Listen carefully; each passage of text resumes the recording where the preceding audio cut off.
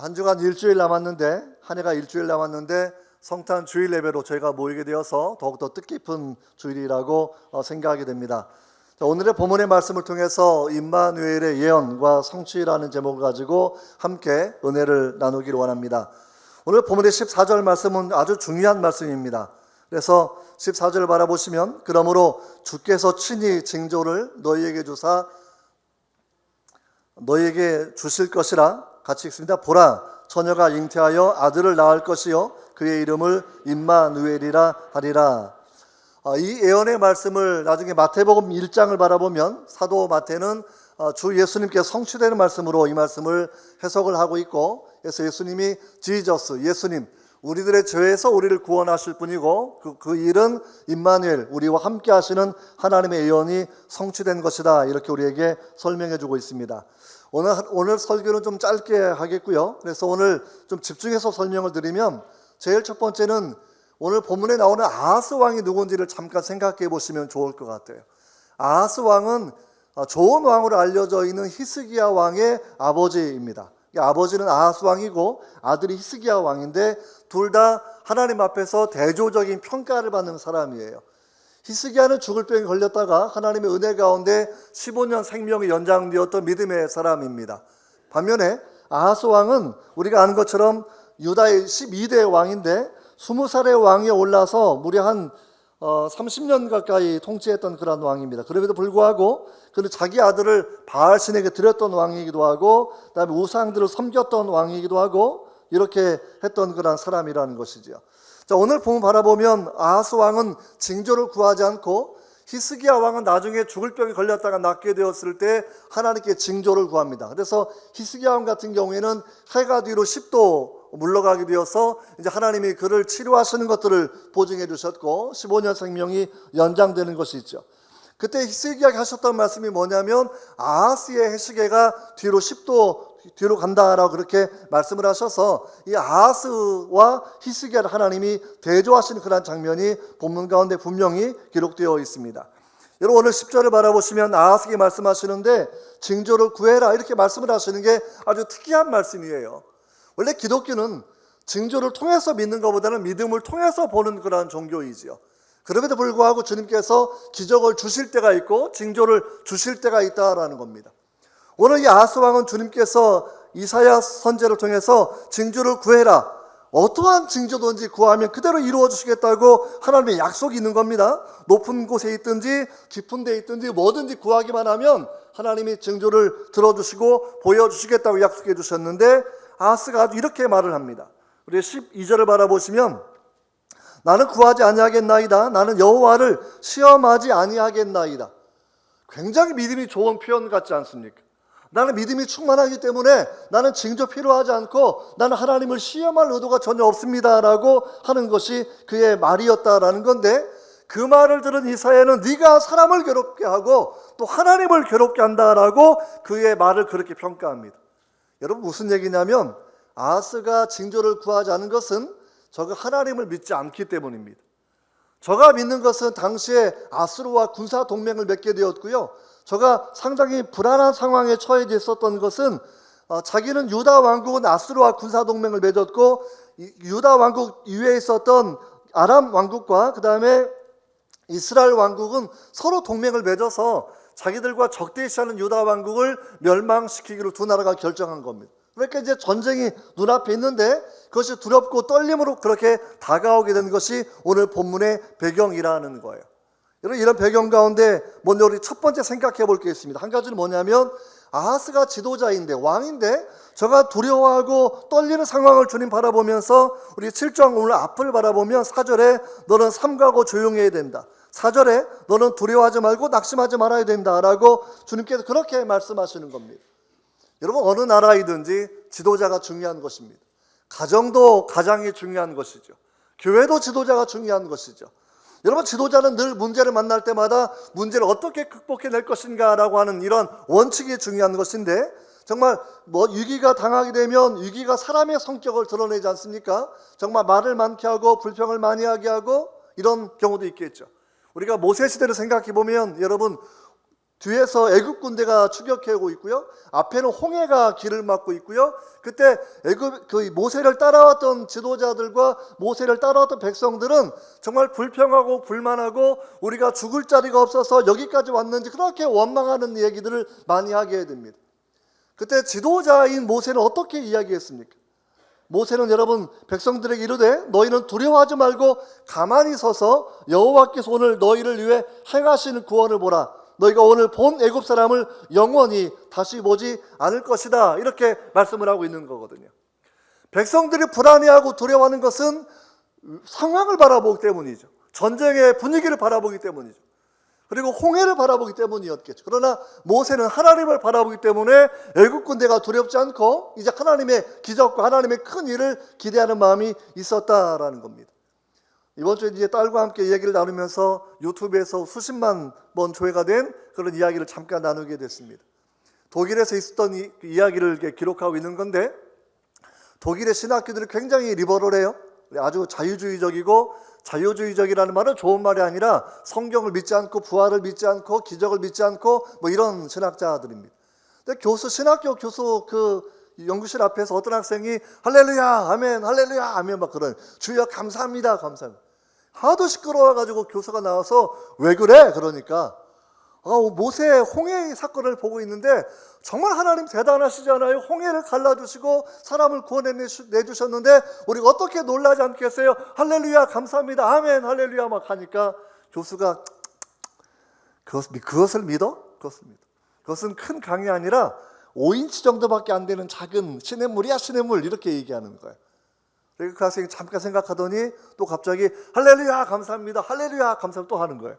너무나 궁금해가지고 그 5인치밖에 안 된다니까 깊이가. 그러니까 그 학생이 말하기를 정말 우리 하나님 대단하신 게 어떻게 5인치밖에 안 되는 물을 가지고 애굽의 군대들 다 죽게 하고 그들 구원해 주었는지 할렐루야 너무나 감사하다라는 거. 할렐루야 그렇죠. 할렐루야. 정말 위기의 순간 우리는 하나님 능력을 바라보셔야 돼요. 신학자들이 무슨 얘기 하든지 요즘에 워낙 이상한 신학 되게 많이 있거든요. 저도 미국의 가장 자유주의 신학교, 옛날에 좋은 학교였죠. 지금은 자유주의 신학교인데 프린스턴 신학교 공부를 할 때에도 좀 이상한 분들이 좀 있어요. 좋은 분들도 있지만. 정말 중요한 건 성경대로 하나님을 믿는 겁니다. 할렐루야. 성경대로 성육신을 믿고요. 성경대로 성탄을 믿고요. 정말 성탄이 최고의 기적이라는 사실을 알고 우리는 감사해야 되는 거예요. 여러분 C.S. 루이스가 말하기를 사람에게 주신 많은 기적이 있는데 최고의 기적은 성탄이라고 이야기합니다. 그 이전의 모든 기적은 성탄을 준비하는 거고요. 그 이후의 모든 기적은 성탄, 우리 육신을 입고 오셨던 예수님 때문에 가능한 기적이라는 거예요. 할렐루야. 여러분 아하스 왕은 믿음이 없어서 자기는 아수르와 동맹만 의지했고 믿음이 없으니까 징조도 구하지 않고 믿음이 없으니까 기도하지도 않는다라는 거예요. 이사야 선지자가 그걸 아주 명확하게 짚어내고 네가 사람도 괴롭게 하더니 네가 하나님도 괴롭히는구나 라고 이야기하면서 그때 주셨던 유명한 이야기 오늘 14절 말씀입니다. 14절 같이 읽어보도록 하겠습니다. 시작. 그러므로 주께서 친히 징조를 너에게 주실 것이라. 보라 처녀가 잉태하여 아들을 낳을 것이요 그의 이름을 임마누엘이라 하리라. 징조를 구하지 않았는데 징조를 주시는 거예요. 임마누엘의 징조를 주시는 거예요. 그 뜻은 하나님 우리와 함께 하신다라는 겁니다. 어린이가 엄마가 함께하면 절대 울지 않아요. 엄마가 보이지 않고 아빠가 보이지 않으니까 애가 우는 거지. 어두운 밤이라도 불이 꺼지는 밤이라도 아기가 울려고 할 때 엄마가 같이 손대고 아가 그러면 아기가 조용해지는 거죠. 엄마가 함께하는 그 삶은 행복한 것입니다. 여러분 인생 최고의 행복은 주님과 함께하는 것이죠. 할렐루야. 여러분 오늘 본문의 말씀을 통해서 왜 하나님께서 그러면 친히 임마누엘의 징조를 주시겠다고 말씀하셨는지 그 징조가 오늘 9장을 바라보면 주님께서 예언의 메시지거든요. 내가 친히 그날을 이룰 거라는 거예요. 여러분 이사야 선지 얼마나 대단한 선지자인데 사람이 낳은 처녀가 낳은 아들을 향하여 뭐라고 부릅니까? 그는 기묘자라, 그는 모사라, 그는 전능하신 하나님이라, 영존하시는 아버지라, 그는 평강의 왕이라. 이 5가지 칭호는요 성부 하나님에게만 붙이는 칭호입니다. 사람이 낳은 아들을 하나님 이름을 붙여주는 거예요. 집에 다 자녀가 있지만 자기 이름과 똑같은 자녀 있는 분 없죠.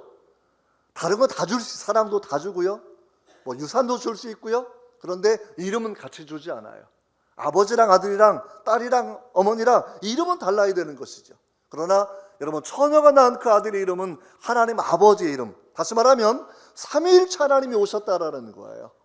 하나님과 본체이시나 동등됨을 취할 것으로 여기지 아니하시고 정말 낮은 곳으로 임하셨던 주님, 사람의 모양을 가지고 오셨던 주님, 그 주님의 오심을 주님께서는 징조로 우리에게 설명해 주고 있는 겁니다.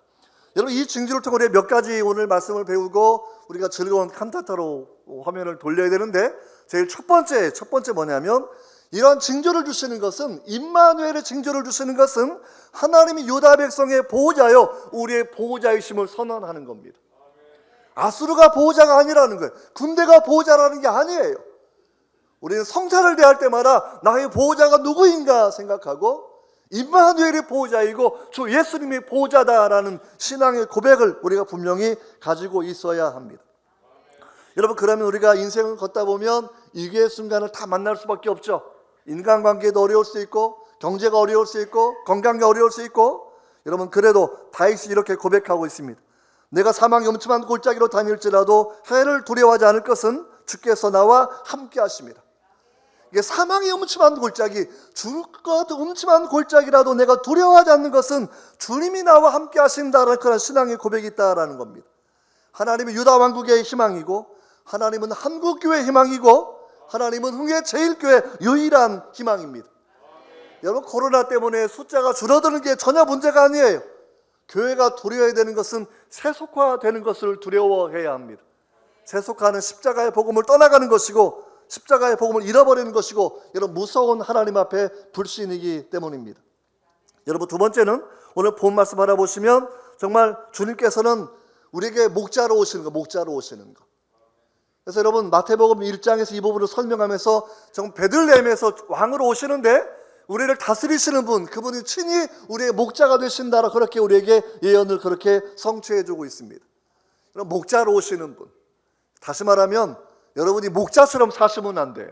주는 나를 기르시는 목자요. 근데 가끔 가사를 거꾸로 할 때가 있는데, 우리는 주님의 양이고 주님은 우리의 목자가 되시는 겁니다. 자기 성씨 뒤에다가 양을 붙여서 고백해 보기 바랍니다. 예수님, 나는 김양입니다. 시작. 예수님, 나는 박양입니다. 이게 양이 미스 양이 의미하는 게 아니라 양양자예요. 나는 하나님 앞에 양이라는 거죠. 할렐루야. 그 고백은요, 주님이 나의 목자라는 거죠. 여호와는 나의 목자라는 거죠. 그럼 여러분, 걱정할 건 없습니다. 주의 은혜 따라 살아가게 될 것이고, 주님의 지팡이와 막대기가 우리를 여러분 그렇게 안위해 주실 것이라고 분명히 믿습니다. 여러분, 주님에 대한 이름을 9장 바라보면 성탄절 될 때마다 이 부분을 잘 기억하셔야 돼요. 아기 예수님으로 오셨지만 그분은 기묘자이십니다. 아기 예수로 오셨지만 그분은 모사, 카운슬러, 상담자로 오셨습니다. 아기 예수로 오셨지만 그분은 전능하신 하나님이시고 영존하시는 아버지시고 평강의 왕이라는 것이죠. 여러분, 간단한 내용을 살펴보기 원합니다. 그 기묘자이시다라는 것, 원더풀, 영어로 이렇게 번역을 하고 있는데, 좀 다른 말로 말하면 우리 이성을 넘어서 있는 분이라는 거예요. 이성을 넘어서 있는 분. 저는 기묘자란 말, 제가 개인적으로 신앙 처음 했던 것은 영국 성교의 아주 복음주의 유명한 신학자 J.I. 패커의 책을 번역할 때입니다. Never Beyond Hope, 절대 소망이라는 그런 책 제목이었는데, 소망으로 IBP에서 번역된 내용인데, 그 젊었을 때 이제 그 책을 번역할 때 제가 기묘자 이 부분을 번역할 때 저는 신장에 암을 발견한 적이 있습니다. 그 암을 치료하신 분은 기묘자예요. 인간의 이성을 넘어서 있는 분, 과학의 한계를 넘어서 있는 분, 정말 저에게 말씀하시기를 내게는 암도 감기도 아무런 문제가 되지 않는다 말씀을 하셨던, 저는 그분의 음성을 잊을 수가 없습니다. 저는 기묘자를 그렇게 배웠습니다. 인간의 이성을 넘어서 있는 분. 복음서를 읽어보시면 인간의 이성을 넘어서 역사하시는 주님 우리는 분명히 바라보게 됩니다. 여러분, 십자가는 하나님의 사랑이고 하나님의 지혜이고 하나님의 공의이고 하나님의 의가 만족되는 기묘함이 담겨져 있는 것이 주님의 십자가입니다. 성탄도 마찬가지죠. 하나님이면서 사람이, 얼마나 기묘한 하나님의 은혜입니까? 우리 그것이 우리의 큰 은혜로 다가오는 줄 믿습니다. 여러분, 두 번째 모사예요. 모사, 카운슬러. 우리를 상담해 주시는 분이라는 거예요. 무언가 어려운 일 당하게 되면 내 얘기를 들어주실 분, 나에게 좀 길을 정리하시고 좋은 길로 인도하실 분, 여러분 필요하지 않습니까? 진짜 상담학 교수 만나려면 돈도 많이 들어요. 최고의 상담가는 우리 주 예수 그리스도이시고, 할렐루야, 주님 보내신 성령 하나님이신 줄 분명히 믿습니다. 취업 때문에 상담이 있으면 주님께 기도할 때 물으십시오. 결혼 때문에 상담이 있으면 주님께 물으십시오. 가정 문제 상담은 주님께 하십시오. 어려운 문제 상담은 주님께 하십시오. 주님의 은혜를 구하시고 길을 구하시면 주님께서 길을 정리해 주시고 길을 열어주실 줄 분명히 믿습니다. 주님은 전능하신 하나님이시오. 전능하신 하나님. 죽음의 권세를 이기시는 전능하신 하나님. 천지 만물을 창조하신 전능하신 하나님. 그래서 우리가 빌립보서 4장 13절 바라보시면 사도 바울이 놀라운 고백을 하고 있는데, 내게 능력 주시는 자 안에서 내가 모든 것 할 수 있다라는 것. 따라해 보실까요? 내게 능력 주시는 자 안에서 내가 모든 것을 할 수 있습니다. 왜냐하면 우리가 전능자의 자녀이기 때문입니다. 할렐루야. 저 애들에게 외우셔야 돼요. 저도 아이들 자녀 교육할 때마다 늘 따라서 하게 했던 구절이 있어요. 이 말씀 따라하게 하고 늘 Today is the best day of my life in Jesus Christ. 오늘은 예수 그리스도 안에서 내 인생 최고의 날입니다. 매일매일을 최고의 날로 살게 가르쳐줘야 되는 거예요. 주님과 함께 사는 삶이 최고의 날입니다. 할렐루야. 아멘. 주님이 영존하시는 아버지세요. 영존하시는 아버지. 미가서 5장을 바라보시면 베들레헴을 말씀해 주시면서 거기에 이스라엘 다스리시는 왕 목자가 오시는데, 그의 기원은 상고, 창조이자 영세의 그러한 시간이라고 하는 그러한 부분을 우리에게 분명히 말씀해 주시고 있습니다. 주님은 목자이시면서 우리의 영존하시는 아버지로 오셨다라는 거죠. 우리를 하나님의 자녀가 되는 그러한 길을 열어주시는 분이라는 것이죠. 여러분, 하나님의 자녀됨의 권세가 얼마나 대단한 권세입니까? 자녀됨의 권세는 그냥 돈으로 사는 것이 아니라 믿기만 하면 되는 거죠. 요한복음 1장 12절에 말씀하시기를 영접하는 자, 곧 그의 이름을 믿는 자에게는 하나님의 자녀가 되는 권세를 주셨으니, 이는 혈육으로 된 것이 아니라는 겁니다. 이 자녀 되는 것이 얼마나 대단하냐면 천국의 상속권을 갖는 거겠죠. 할렐루야. 하나님을 아빠, 아버지 부르는 거죠. 새벽에 기도할 때마다 아버지 저도 부르거든요. 마음의 소원이 가득하고 기도의 제목이 가득하고 중보의 제목이 가득하고 그럴 때마다 아버지라고 부르면서 기도할 때 정말 은혜가 임합니다. 여러분, 아버지를 부르셔야 돼요. 할렐루야. 아멘. 그리고 마지막에 평강의 왕이십니다. 평강의 왕. 평강을 주시는 하나님이죠. 평화로 다스려 주시는 분. 우리 마음에 화평을 주시는 분. 하나님과 화목하게 하실 뿐만이 아니라 우리의 삶도 주의 평강으로 지켜주시고 우리에게 또한 화목하게 하는 친선대사의 직분을 주신 분, 이것이 바로 예수 그리스도의 진정한 모습입니다. 그래서 9장 7절에 말씀하기를 그 정사와 평강의 더함이 무궁하며, 평강의 더함이 무궁하며 라고 하는 그 말씀, 그냥 딱 짧은 구절인데 그냥 느낌이 팍 오지 않습니까? 평강이 무궁하게 임하는 하나님의 그 은혜, 여러분 이것이 하나님의 약속이에요. 마지막 9절 바라보면 만군의 여호와의 열심히 이룰 것이라는 거예요. 임마누엘, 이 약속도 사실은 하나님이 이루시는 겁니다. 아하스가 징조를 구한 게 아니에요. 그는 믿음이 없어서 불신이 있기 때문에 기도하지도 않아요. 우리가 기도하지 않는 것, 우리가 징조를 구하지 않는 것은 하나님을 믿지 않기 때문입니다.